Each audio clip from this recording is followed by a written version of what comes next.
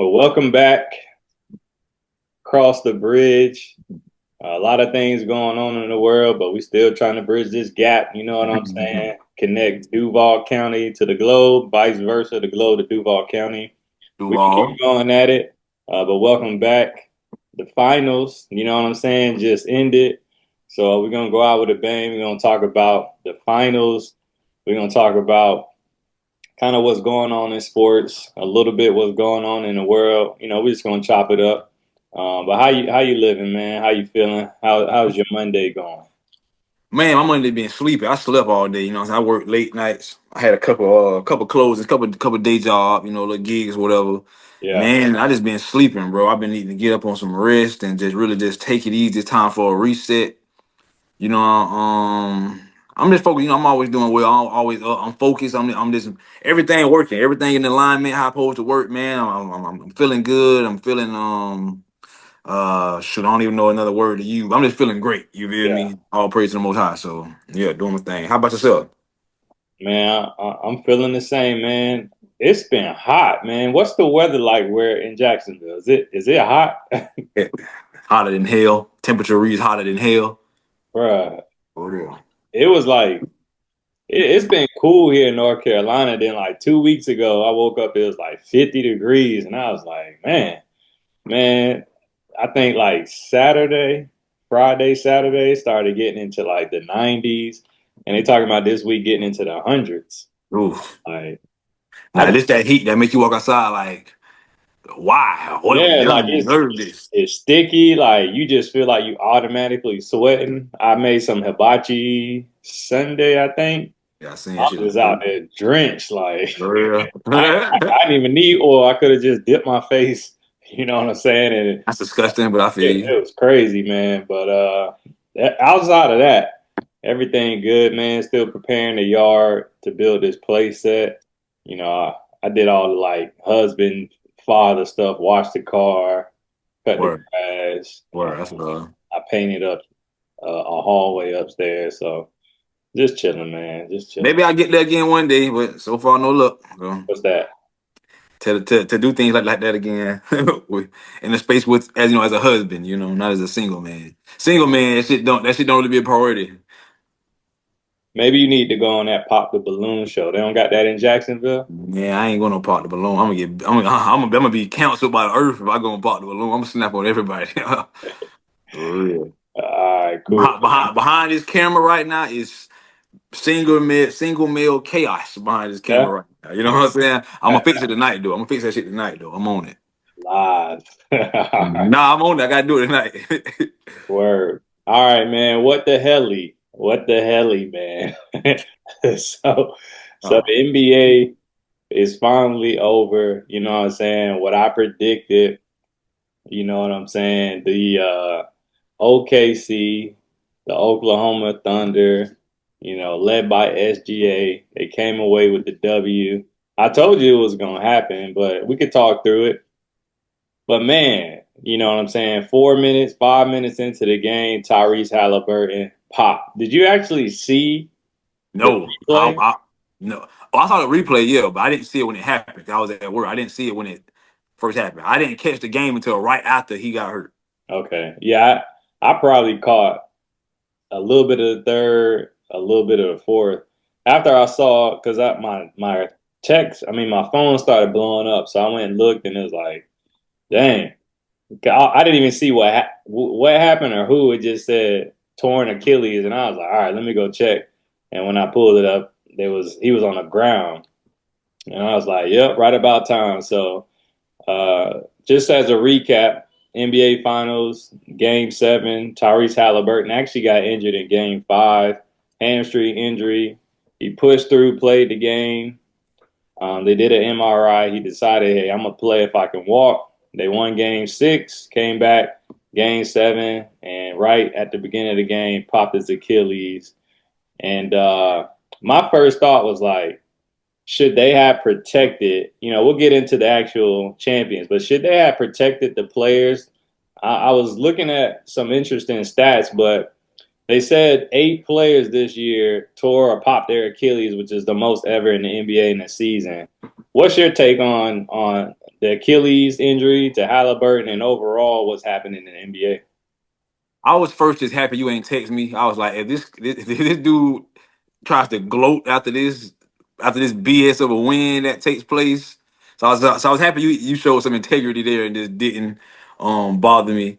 Man, it's just heartbreaking for that person like this to have like being able to be empathetic, right? Seeing a dude on the ground screaming, crying, and hearing his interview, right before it saying that how he been waiting his moment his whole life. Like this what you play for. Game 7, this is it right here, right?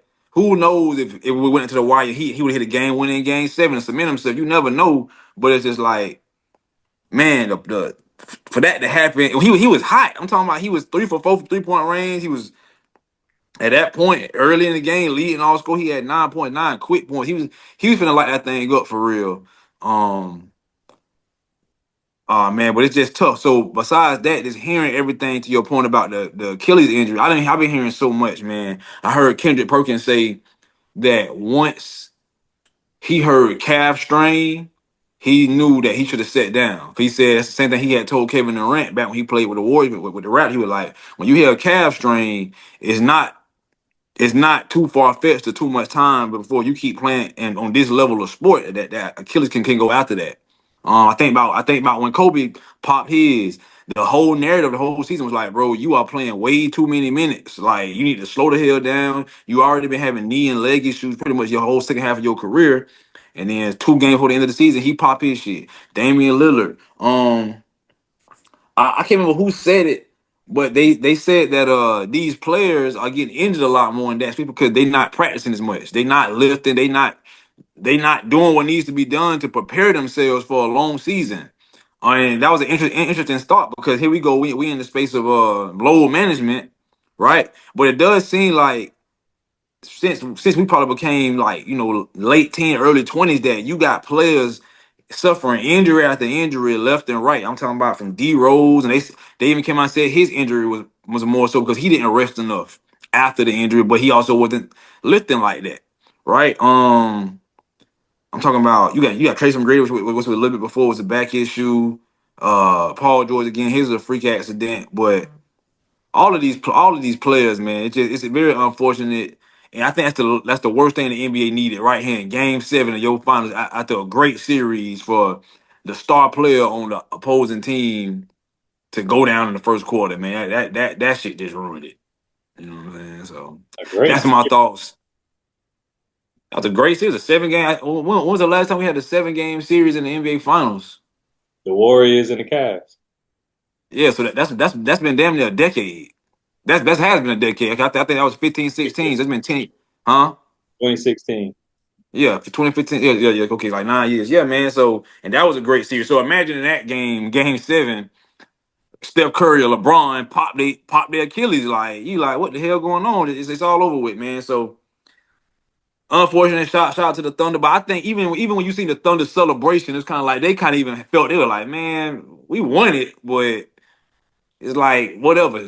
Richard Jefferson kept saying in the broadcast, he was like, it seemed like the Thunder have more of a letdown. He said in the first half, he was like, it seemed like the Thunder having more of a letdown than the Pacers did because he like they was up and ready, and I was like they kind of you could tell they kind of took their foot off the gas, because they knew like.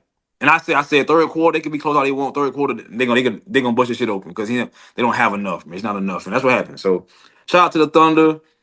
Prayers up for Halliburton to have make a speedy recovery and come back better than ever, man. But that stunk, and that stunk, that stunk. So that's my thoughts.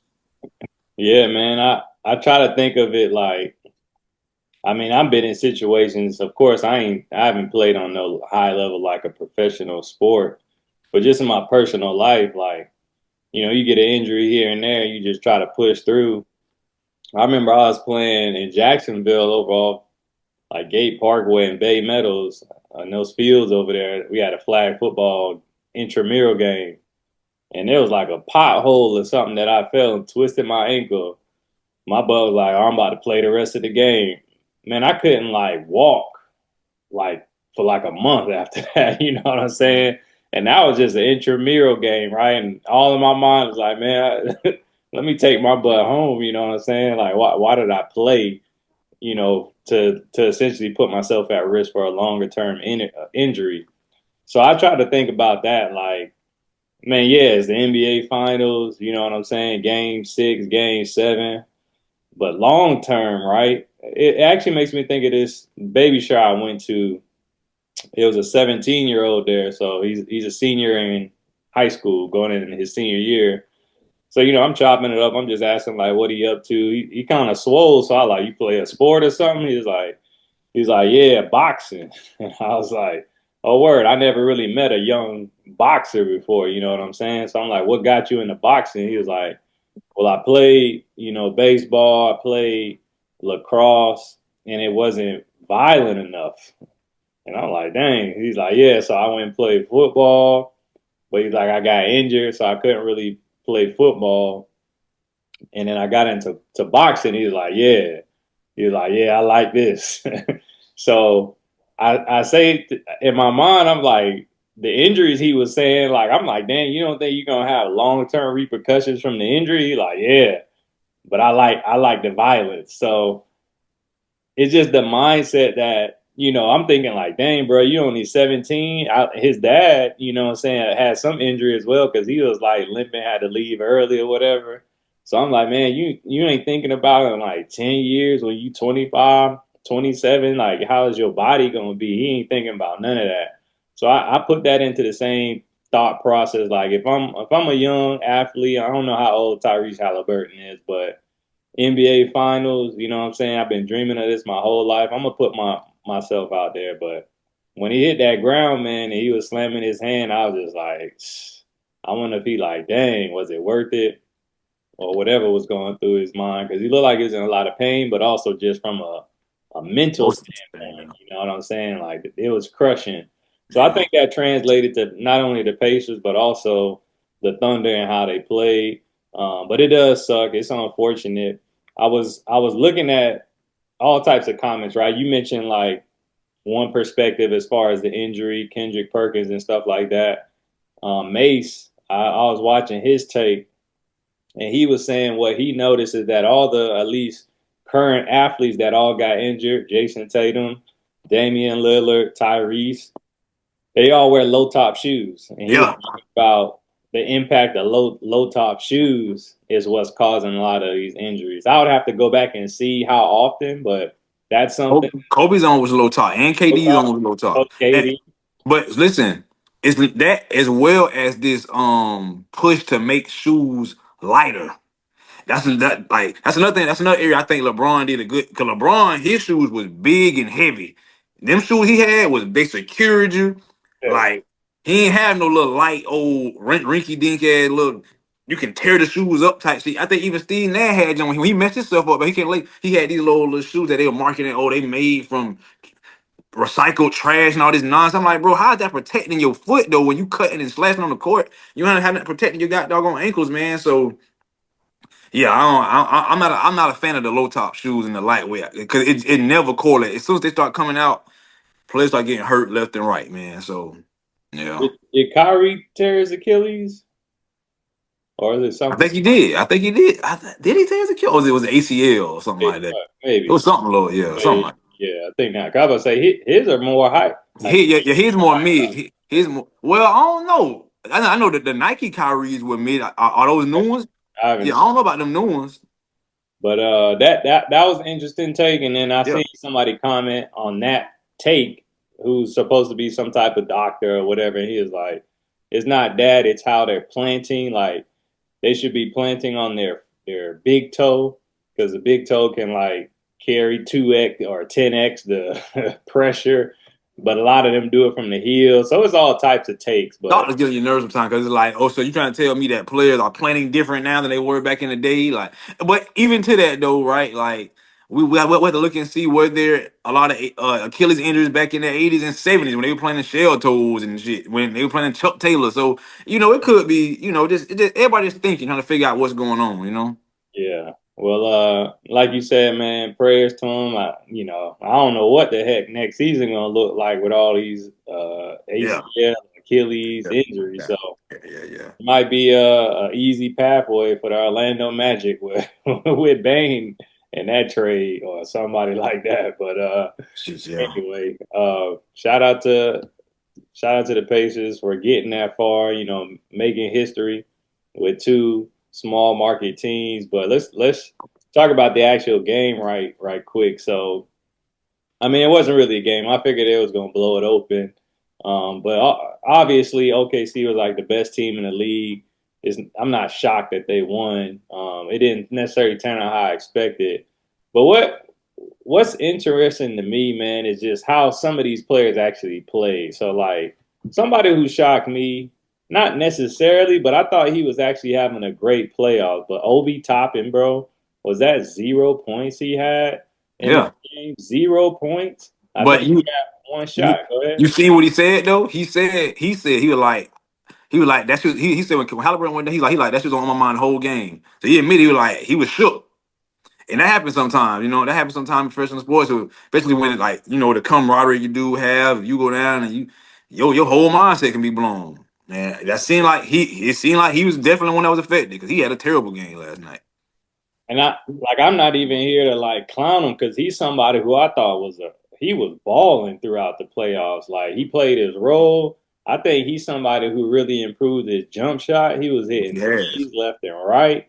Like I was looking at him like, why did the Knicks give him up? Like if he's not a most improved type of player, like that dude is up there. So he shocked me to have the 0 points, but I could show you, right? We kind of look at it as fans and we like, bro, why ain't X dude doing X, Y, Z? But you kind of forget it. There is a human element. It's like Right. from a mental standpoint, that dude checked out. You know what I'm Right. saying in that Right. game. Same thing with like Miles Turner, Neesmith, like these dudes who found pockets of ways to impact the game just didn't show up at all, man. And Yeah. it's tough when you have people like TJ McConnell, right? Him, Matherin, they was balling, but they just weren't going to be enough. But shout out to the Oklahoma Thunder, man. I think SGA really supplanted. And I got to ask you this: is SGA better than Ant Man? No, he's not better than Ant-Man at all. I told you he didn't have a great series as far as shooting is concerned. Like every time his numbers efficiency wise was down. I think last night he was like 8 for 27, right? So Yeah, everybody always talk, huh? yeah, So everybody always talk about Kobe in game 7, his 6 6 for 24 game. It's the same thing. Kobe 6 24, you 8 for 27. You did not have a good game. I think he had 12 assists, which was maybe his first game with double digit assists, I think, in the whole series. But like I said last week with Marvin, I was like, man, look, at the end of the day, SGA only like what 26, 27. So he has a lot of room to improve. Right, him, Jalen Williams, Chess, I was saying the fact that they all can come back, nobody healthy, if they all just get better and better and better, that core three, and they had a perfect role play. They can all come back. So while I still think Ant Man better than him, I just think his experience and the mentality part of it, like the mental thinking the game through, and at the same time in this area, he is probably the first point guard. Cause I always had this thing where a point guard who's your leading scorer, who has to run your team, usually don't win championships. I think he like the first one that has done that since like Isaiah Thomas. Because you think about Curry, Curry does not really run the offense. Curry is Draymond Green bring the ball up, initiate the offense, and then they getting Curry open to score. But as far as setting everybody up and getting it, and SGA, he don't really do that. SGA do his thing, and then they give it to Williams, and it's Williams' turn. It's the people that kick, So, shout out to SGA, but no, he not better than that, man. yeah. The 27 shots, 12 of them were threes, and he only hit two. And that's not really his game as That's far not. up. So I don't really understand. I didn't watch the full game to really know the context of the 12 threes, but that's not something he usually does. It was a lot of setup.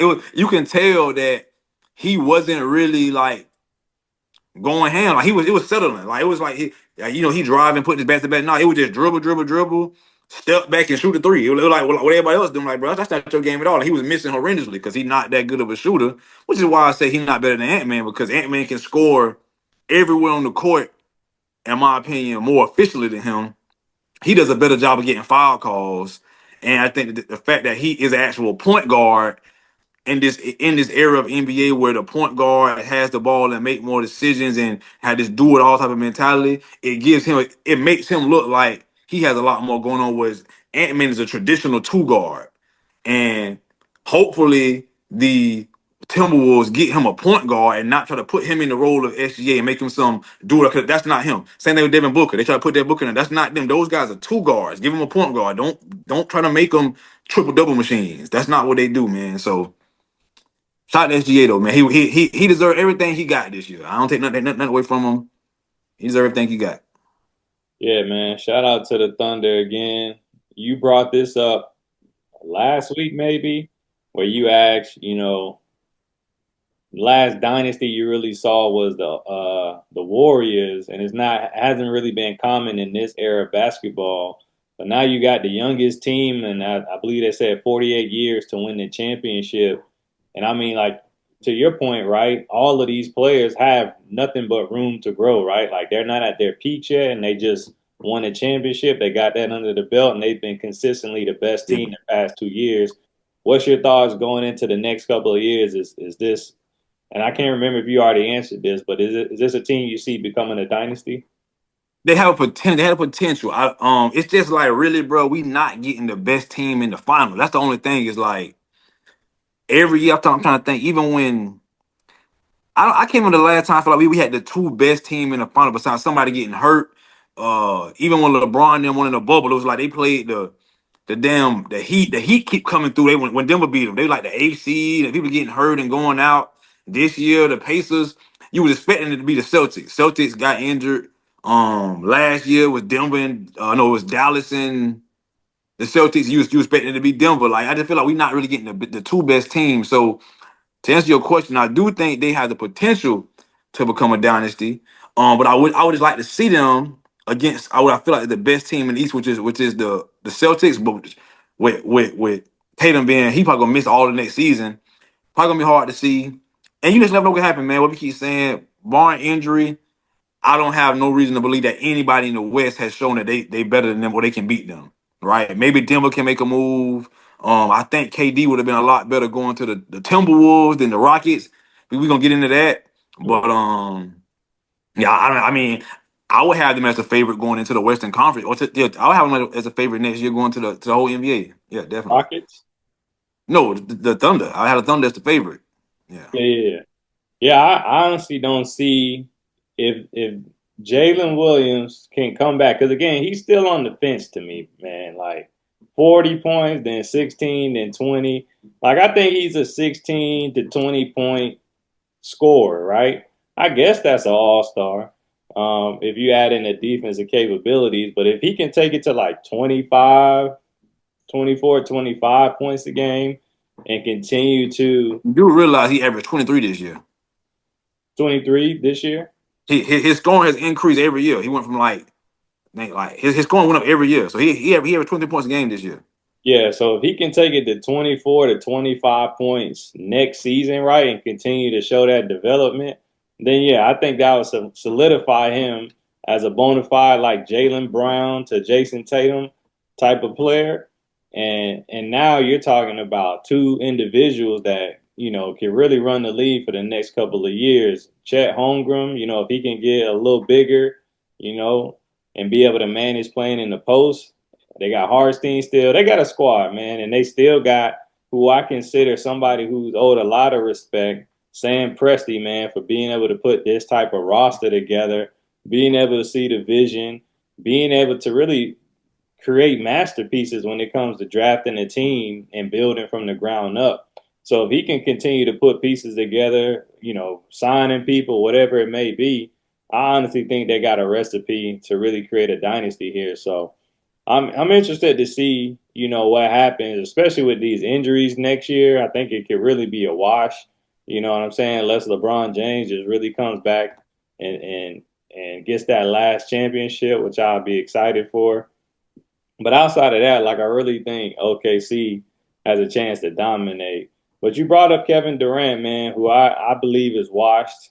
You know what I'm saying? He'll get his couple of points here and there. He's efficient.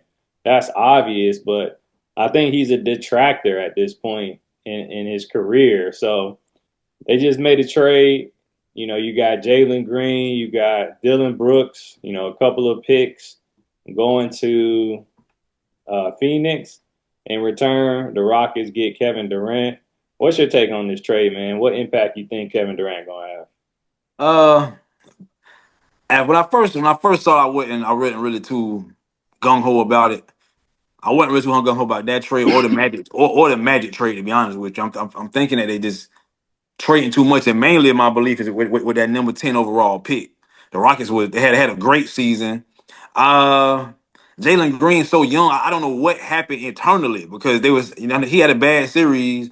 I don't know what happened internally to make them want to move him and Brooks and the 10th overall pick for Kevin Durant, who's old as hell. That's the main thing with KD. He old, so it's like you injecting him into this young life. What he Kevin Durant on that team, his negatives is he's not really a leader. On the court, he gonna be the shit. He gonna give what he gonna give, but he not finna. I don't see him galvanizing the team. That might be more Fred VanVleet. Now they got a good coach, so they might not need it with Ime Doku.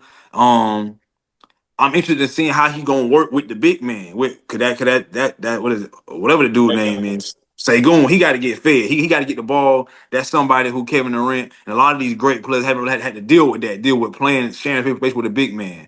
But of course, he can do his thing from the outside. Um, like I say, they went 7 games this year, right, with the Warriors. I think Kevin Durant will help them beat the Warriors next year. They were into that. Um, so you never know. Like you really never know. Second round of the playoffs, they ran into the Timberwolves, they ran into the Nuggets, and it's depending on the progression of. Excuse me. It depends on the progression of those young players. That's what it's really about. KD gonna come in and give you between 24, 28, 29 points again. He gonna get it. But how is he going to work with the young players?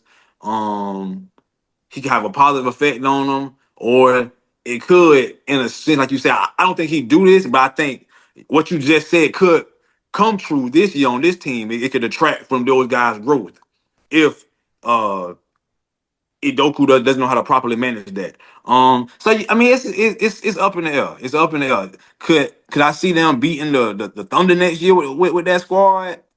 Uh, maybe.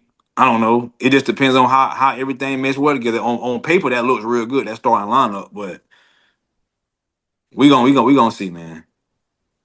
Yeah, I mean Kevin Durant is a great basketball player, right?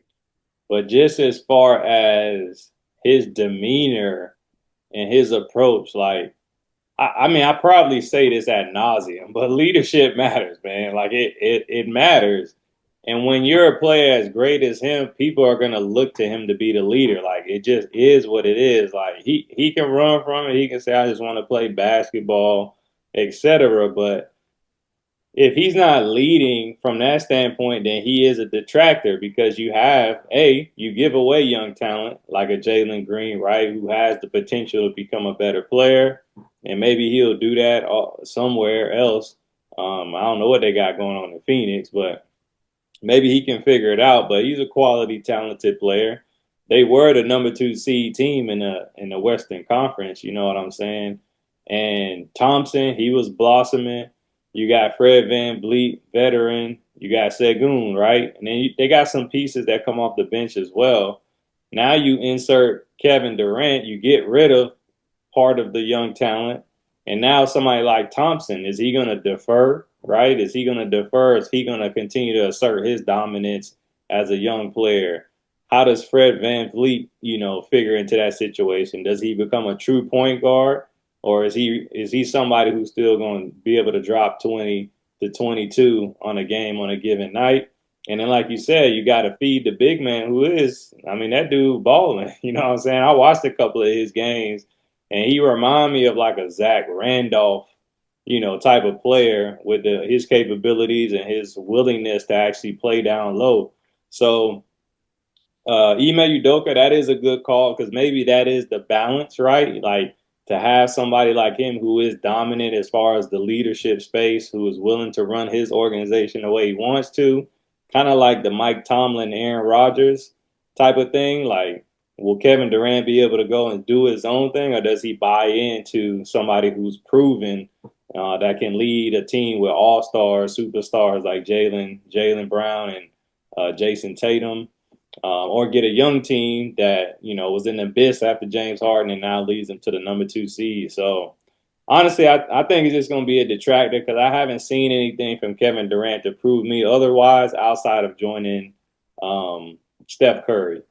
Outside of that, I just really haven't seen it. They did have something with the Brooklyn Nets, but all type of stuff was going on in that daggone season. So it'll be interesting. It's cool for the headlines.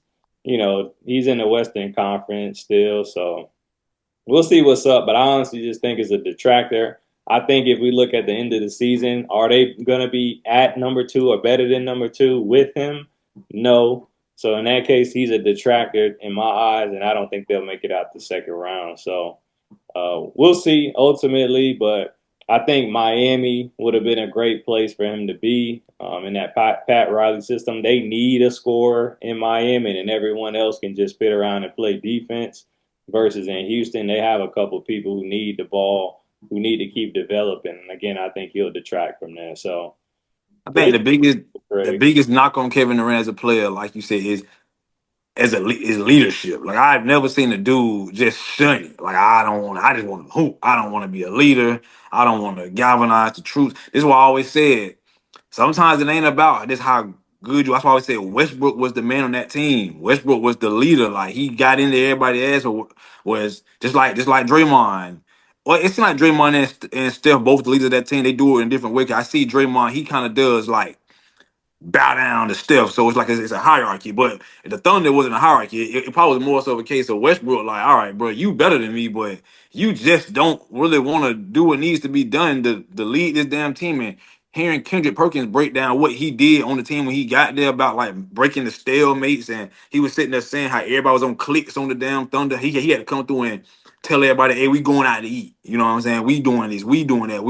And think about Kendrick Perkins. That's you would want that to be Kevin Durant, right? They even say, huh? And I'm talking about even teams. They say Kawhi is that. They say Kawhi quiet, but they say Kawhi is pretty much he's a leader. Like he just don't do it for the media. But they say behind closed doors, he get everybody together and blah blah blah blah. So I've never seen a person like this man who just be like, I just want to hoop and I don't want to do nothing else. I'm like, that's it ain't what it is. You just your prerogative to do, but that's gonna be Kevin Durant legacy, man. Just a great talent who just didn't seem to know how to kick it up a notch. That was actually something Jalen Williams brought up after the series ended yesterday. How what he thought back to throughout the season was like being on a plane till 4 a.m. on the runway, hanging out with the guys, or going out to dinner with everybody. And like I said, the one thing that always stood out to me about OKC was after every game, no matter what, the whole team was around. Typically, SGA was the one getting interviewed, but whoever the whole team was still sitting there on the court, hanging out, supporting. And that means so much, man. Right. Like his chemistry, his connectivity is just positive energy, right? So he mentioned in a loss they went out to dinner, right? So versus in a loss, maybe everybody quiet, they go their separate ways, they sulking, they going out to dinner, right? So maybe you just lifting people up, you chatting, you laughing, and then you come back strong. If I'm not mistaken, they never had a back-to-back loss like all season. So it just speaks to the importance again of leadership.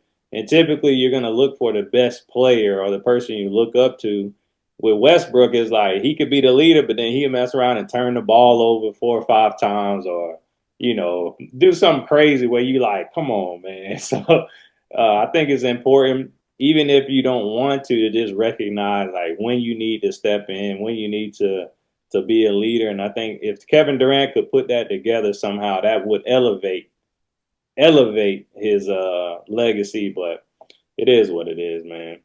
Right. It is what it is.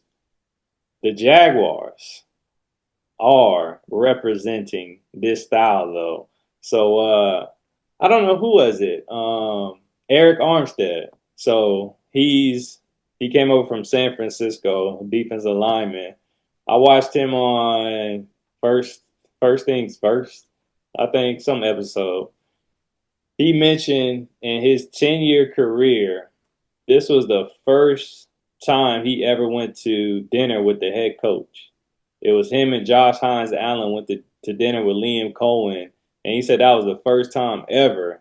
Out of all the coaches he's had great relationship with, that was the first time he ever went to lunch with his head coach. So I bring that up just to say all season I tell you like I don't care about the Jaguars. Like they got to show me.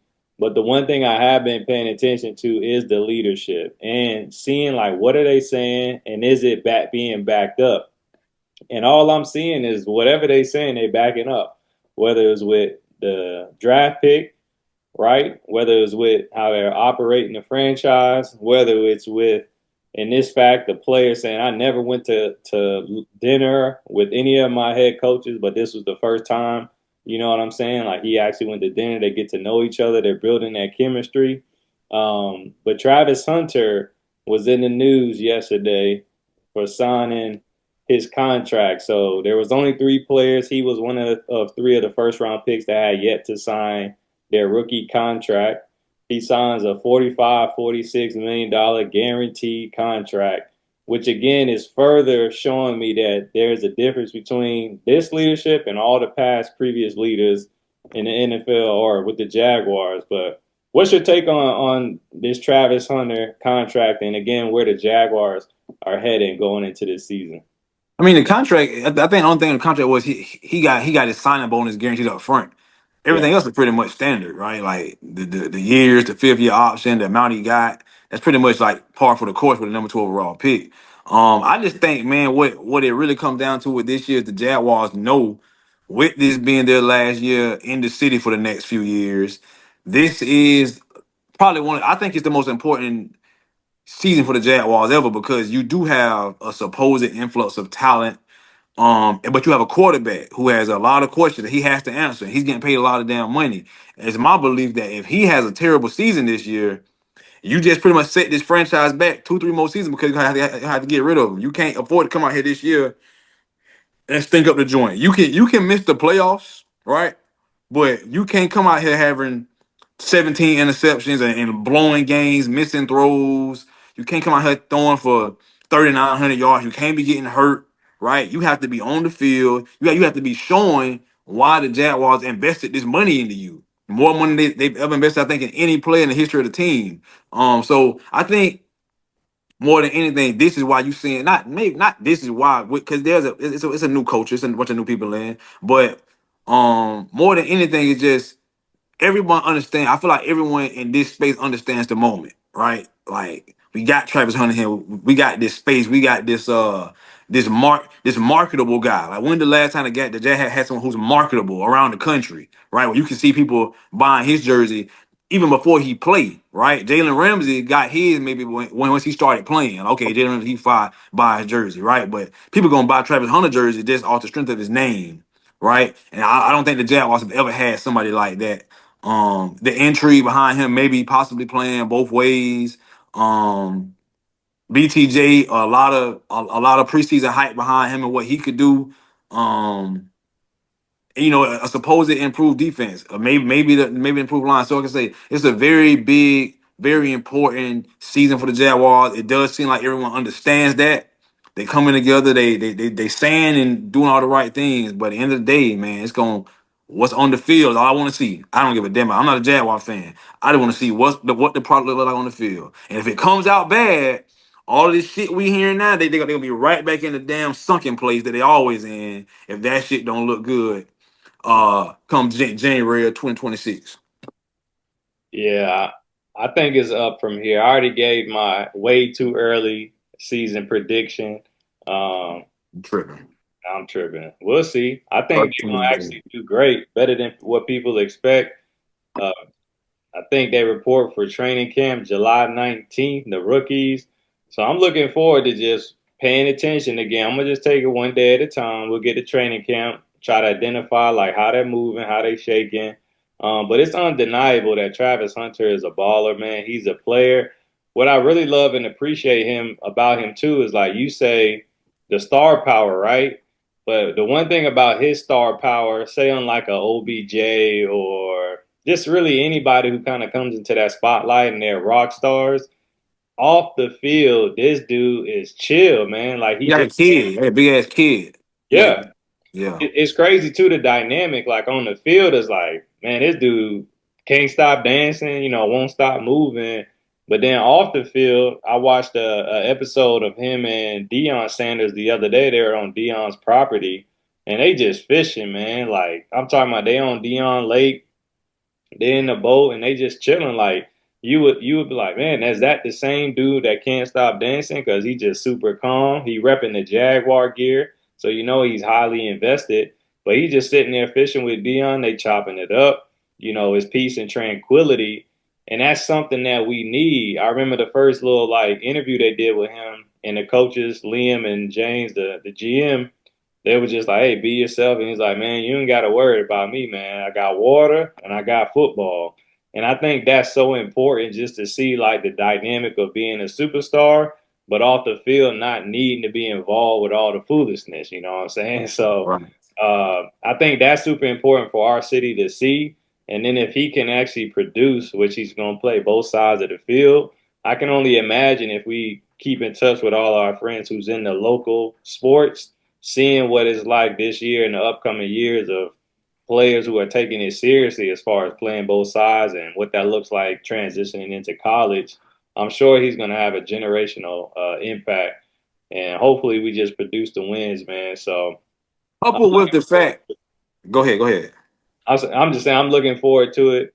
And like the streets is saying, you know, the Jaguars is rated higher than the Broncos. So what you got to say about that? I wouldn't disagree with that. And I think that's even a problem why that they didn't make the playoffs when we did last year. They also rated higher than the Commanders, who was in the NC Championship game last year. So they have the talent. This is why I'm sitting there saying you can't afford to him be flopping. But I was going to say, coupled with the fact that some auto insurance company came out and rated Jacksonville as the number one most boringest city out of all the top big cities in the country, right?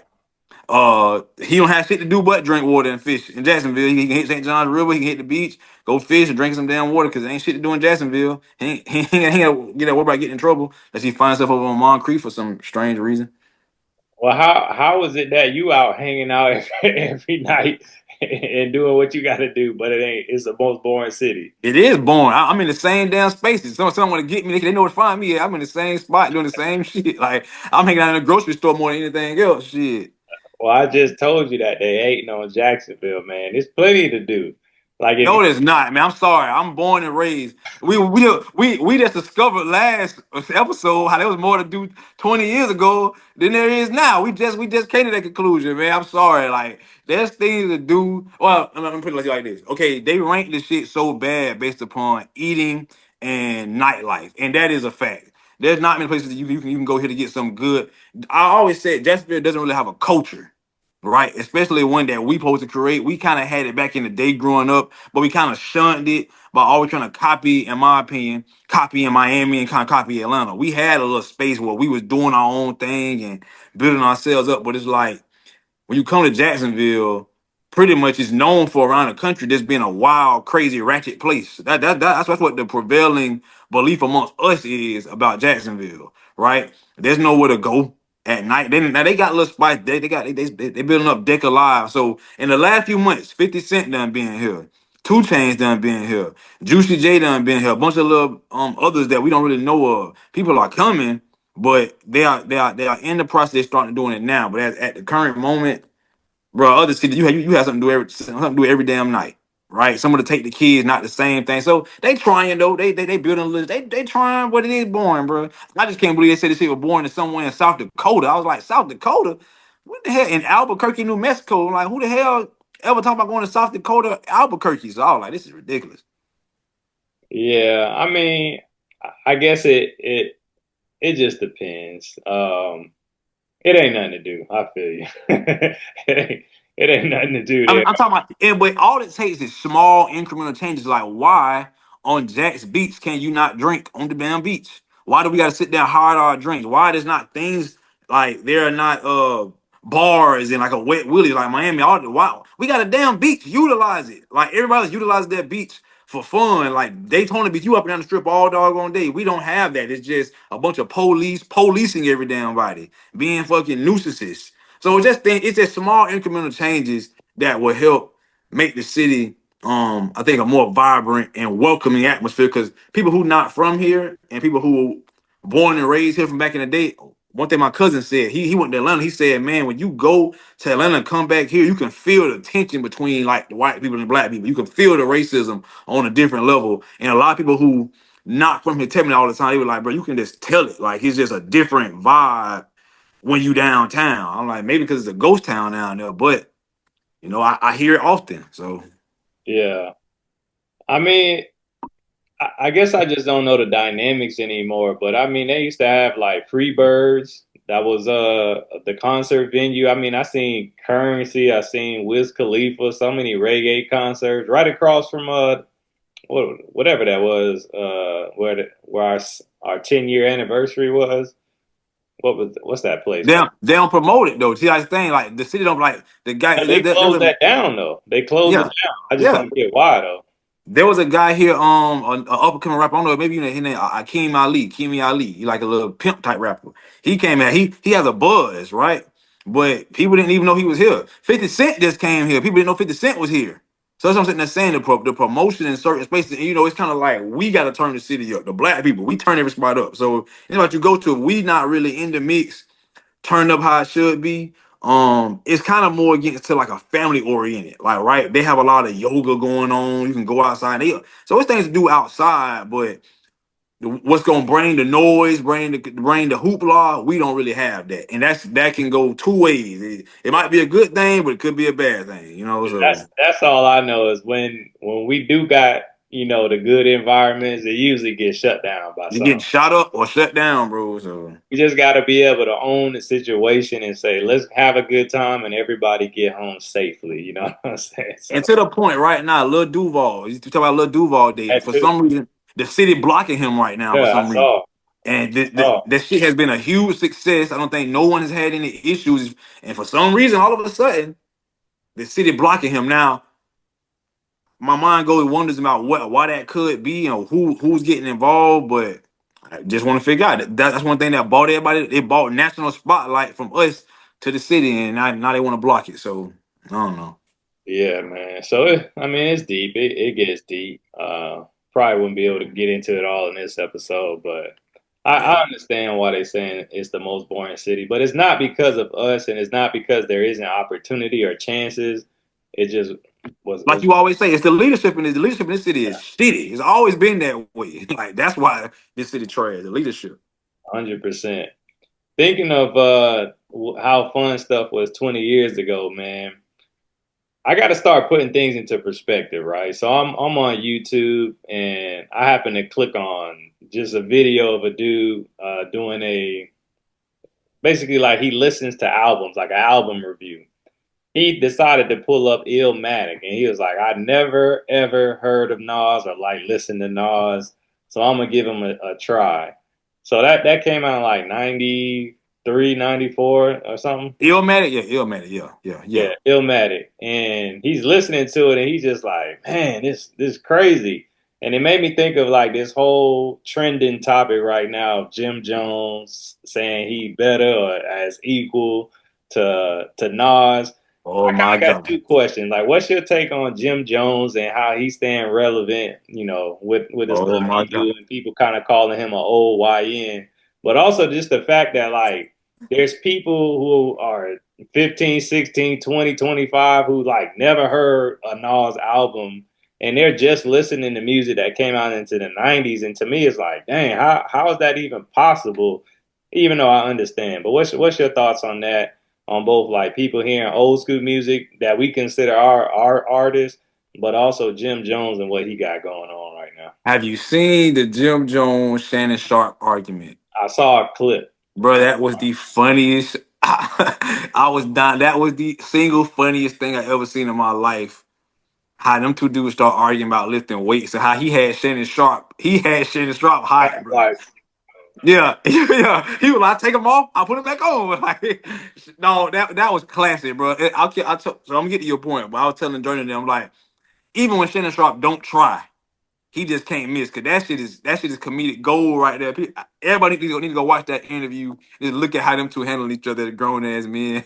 yeah, But it. I was thinking about that day about how they saying Jim Jones like an old young nigga. And I'm like, man, you know what? He hip hop. That's how that generation is. Like the older dudes these days, they moving in that space. They not finna be out here walking around here in linen suits and like little fedoras and open toed sandals. Like, and this dude like hot. You know what I'm saying? He a celebrity for one. He's an entertainer. He come from from that side and New York hip hop culture. So I mean, it's like you gonna have some who grow up and act more mature like the Maces, but then you gonna have like the middle grade like Cameron, because Cameron can either be Mace or Jim Jones at any point in time. Like he can flip that switch. He'll start cussing somebody out, calling them bitches and hoes and everything else. And Jim Jones is kind of like, I'm outside, I'm on this side with it. I don't think he believed that he's better than Nas. I think he just using this shit as a form of clout. Remember, Jim Jones, one of the original rappers who was on the reality TV with Love and Hip Hop. He one of the originals. So he know how to keep the spotlight on himself. When the spotlight on him, keep it on him. Keep talking. It's gonna generate views. People gonna come out and see him, show, drop music. These guys been doing this shit for years. So some of these guys are marketing geniuses. I think we should Yeah. give him credit for that, right? And that, excuse me, that could be what he is, right? I'm pretty sure he was talking about trying to monetize him and Shannon Sharp having a weightlifting competition, right? So his mind is, let me make some money, let me get some profitable clout, right? Off this situation. Now to your point about the young dude, because this whole thing started when some 22-year-old was like Jim Jones more lit than Nas, right? And I was like, okay, if you 15, if you 22 years old, and he was talking about one mic, well, I'm like, bro, when one mic came out, you wasn't even born, right? So let me ask you this: have you ever heard of KRS One album? A full album? No. Have you ever heard of full Rakim or Big Daddy Kane album? Rakim, yes. Rakim stuff. So that's kind of like the same thing. Like if you just don't have that care or mentality to go back, right? Depending on when you come. You born in 89, I'm born in 90. KRS dropping in 86, 87, right? So by the time we come to a space where we can actually listen to music and digest and understand it, now these dudes not even rapping no more, and it's 2000, 2001, right? It's T.I., and the whole vibration has changed. So it's understood when the young dude says, I don't listen to it. I don't even take offense to it, right? 'Cause I'm just I was never like that. But I'm gonna say, yeah, man, the vibration from 2001 to 2025 is totally different. There's not much consciousness. It's chaos out here. You got it where on all levels there's beef between black people. I'm talking about from what is gender, sexuality, age groups, political, every space and every form, there's beefing going on between us. And the young folks is like, hey man, we ain't hearing this shit. If they listen to the radio, they all care about streams and the algorithm not finna give you Illmatic, it's gonna give you Kodak Black. It's gonna give you whatever else. It ain't gonna even give you Jim Jones. Jim Jones gotta keep putting stuff in your face and hooking up with young people to be in a space to that they can appreciate him, right? So yeah, I mean, like I said, I take no offense to it. Shout out to the young dude who do go back and listen to Nas. I think young people should listen to Nas, but at the same time, that's more of a listening to Nas is more of an educational experience sometimes, right? So if you ain't listen, if you ain't used to even learning information, it's gonna be hard for you to listen to Nas. That was a whole beef between him and Jay Z. They were saying Jay Z was commercial, surface level, not bubble gum, but he made music for the dumbed down listener, whereas Nas making music for the intelligent person. You understand? So that's my take on that. Gotta kill that goddamn bug. Did you hear that Jay Z? It could have been fake. I don't know. Is anticipated Jay Z is gonna host the Super Bowl next year, performing. I mean, I always felt like that would have been one of his goals. And did you see what happened when he just did niggas in Paris over there in Paris? No, Man, them people lost they shit, and I ain't never seen Jay Z that turn. He was by himself. He was on the Beyonce tour. And he came out there crazy in love, but he did niggas. Them people lost their mind, so he can do it. It just depends on of course, the song choice. You gotta do Run This Town and stuff that don't that everyone can vibe to, right? So I wouldn't be surprised though. have you ever seen him in And live, no, I never. He's never been in an area as an adult. I think watching because of course he ain't come to Jacksonville and things like that. When we were younger, and You did? not to perform. I don't come to perform. Yeah, I remember he came to a Jaguar game. yeah, 2004. Not for what? Jay-Z and Friends tour. Oh, I'm saying I was 14. So I didn't know that. I didn't even know that. Yeah. I Yeah, didn't even know it that. came. It was R. Kelly. Uh, anyway, yeah, he came. I remember everybody. I think T.I. was there. There's a whole bunch. Jay-Z and Wow, I don't Friends. remember that. I don't remember that. Yeah. But no, I seen him in Orlando. It was the Run This Town, Yeah, Run the Town 2 tour, something like that. I went with my wife. And he actually, to me, was the better performer out of him and Beyonce. for real. Yeah, I was like, dang, I was actually caught off guard. But no, he had a great show and great song selections. It was a good vibe. Yeah. So it was cool seeing them. But no, that'll be interesting to see him perform. I don't really have no true perspective. I don't really care sometimes. As long as the Jaguars are in the Super Bowl, that's all that matters to me. But I think it's in where's the Super Bowl? I don't Super even know. Bowl Is it 2020. in Vegas? That's what I was about to say. I think so. Oh no, San Francisco. Oh, okay. San Francisco. So we'll see what's up. But cool, man. It's been lot happening this year, but this will be the season finale, season one of Across the Bridge. Man, we did a lot, 22, 23 episodes before the season ended. I want to shout out our guests, special guests for those who came on to our beginning. We had Miss or Dr. Jackie White. I think that was the number one show so far with the information and jewels that she dropped on women. Then we Right. had Brian Langford, you know what I'm saying? Number one star out of Paxson School for Advanced Studies, making it pro. And then we ended it with our brother Marvin Skip Ross, episode dropping soon. And yeah, man, we're gonna enjoy the summer. You got any plans this summer before we get back to it? Man, I'm tapping in, man. I'm just, like I said, everything happens in divine alignment. I'm going to tap into my health, my spirituality, my mentals. Just focus on becoming just a better father, just better person, better being. You know what I'm saying? While everything going on, I hope everybody else with everything going on in this life, y'all stay. If you watching this, man, stay sharp mentally. Be careful how you move out here in these streets. Don't be having internet beefs with people over political issues. Keep your mouth shut. You take care of your body. This is what all this shit is about, man. Everything going on. This is what the vegan is eating about. This is what the working out, the cleansing, the fasting, the studying, other. This is what all this shit is about. What's encompassing the world right now? What could possibly be developing over the next few years of our young lives as we still try to navigate the world. We might have to navigate all. We are navigating a whole new world. I just want all my peoples to be tapped in and to be focused. You know what I'm saying? As I seek to be. Yeah, man, that's real. And I would expect in season two you're gonna have nothing but gray hair. You know what I'm saying? My wife was like, "Is Markel locking up? So are you locking up? Are you Yeah, locked?" yeah. These they already locked. These natural locks, man. It's a free form.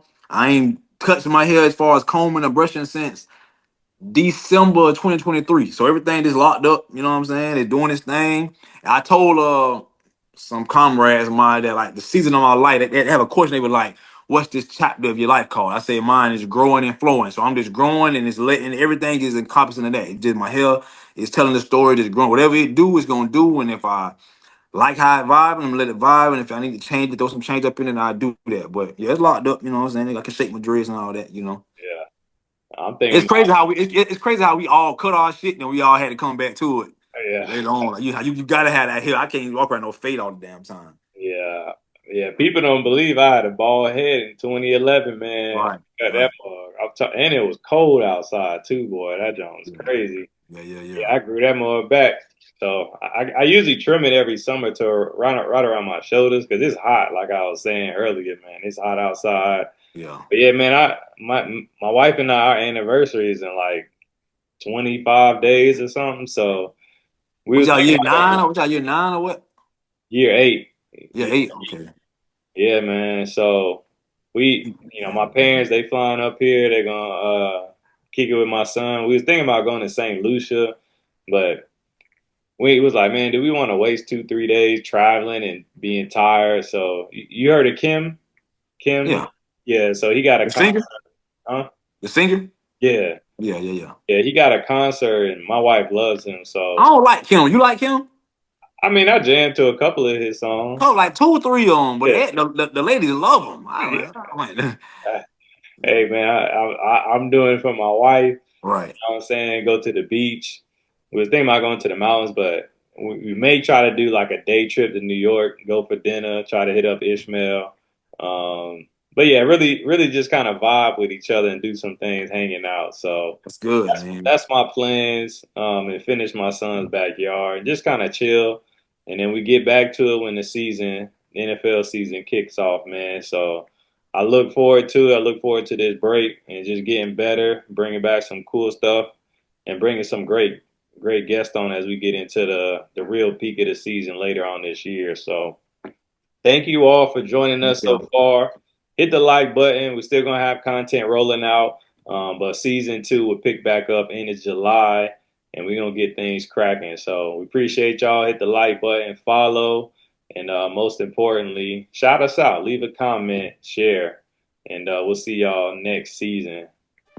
Cross Peace. the board. We out. Peace, peace, peace.